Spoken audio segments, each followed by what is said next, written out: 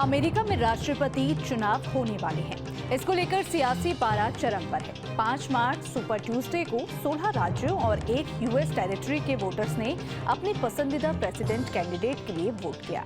इस दौरान डेमोक्रेटिक की तरफ से जो बाइडेन और रिपब्लिकन की ओर से डोनाल्ड ट्रंप ने बढ़त बना ली है।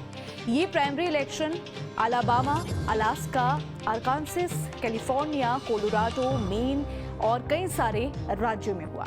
आपको यहाँ बता दें कि प्रेसिडेंट बाइडेन अभी तक घोषित चुनावी नतीजों में Alabama, Minnesota, अरकानसास, Colorado, Iowa, main और साथ ही नॉर्थ कैरोलिना, ओक्लाहोमा, टेनेसी और साथ ही टेक्सास में उन्होंने जीत हासिल की है।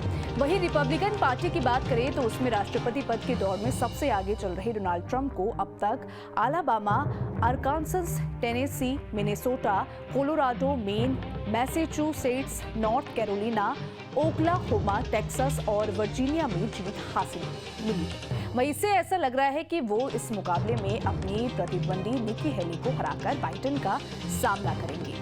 तो चलिए अब जानते हैं कि आखिर ये सुपर ट्यूसडे क्या होता है। इस साल नवंबर में होने जा रहे राष्ट्रपति चुनाव से पहले प्राइमरी और कॉकस इलेक्शन के लिए सुपर ट्यूसडे सबसे बड़ा दिन है।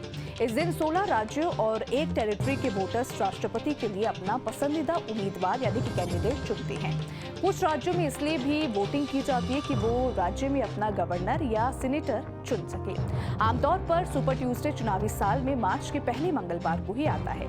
राष्ट्रपति चुनाव के लिए वोटर्स डेमोक्रेट्स और रिपब्लिकन पार्टी में से अपना पसंदीदा कैंडिडेट चुनते हैं।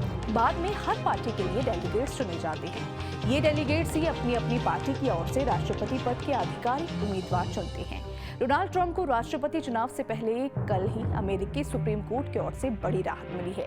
अमेरिकी सुप्रीम कोर्ट ने ट्रंप के राष्ट्रपति चुनाव लड़ने के लिए कोलोराडो कोर्ट के फैसले पर रोक लगा दी थी।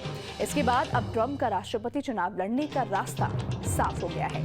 ट्रंप ने इस फैसले को अमेरिका के लिए बड़ी जीत करार दिया। अमेरिका की कोलोराडो की अदालत ने पिछले साल दिसंबर में ट्रंप के चुनाव लड़ने पर रोक लगा दी थी। इसके लिए अमेरिकी संविधान के 14वें संशोधन का हवाला दिया गया था। इसके तहत सशस्त्र विद्रोह करने वालों के राष्ट्रपति पद का चुनाव लड़ने पर बैन है। चलते चलते आपको एक जरूरी जानकारी देते हैं। आपको न्यूज नेशन के यूट्यूब चैनल पर एक ज्वाइन बटन दिख रहा होगा। इस बटन पर क्लिक करके आप चैनल की पेड मेंबरशिप ले सकते हैं। बटन पर क्लिक करके आपको इसके बारे में ज्यादा जानकारी मिल जाएगी। तो देश दुनिया की तमाम बड़ी खबरों के लिए आप बने रहे हमारे साथ, देखते रहे न्यूज नेशन।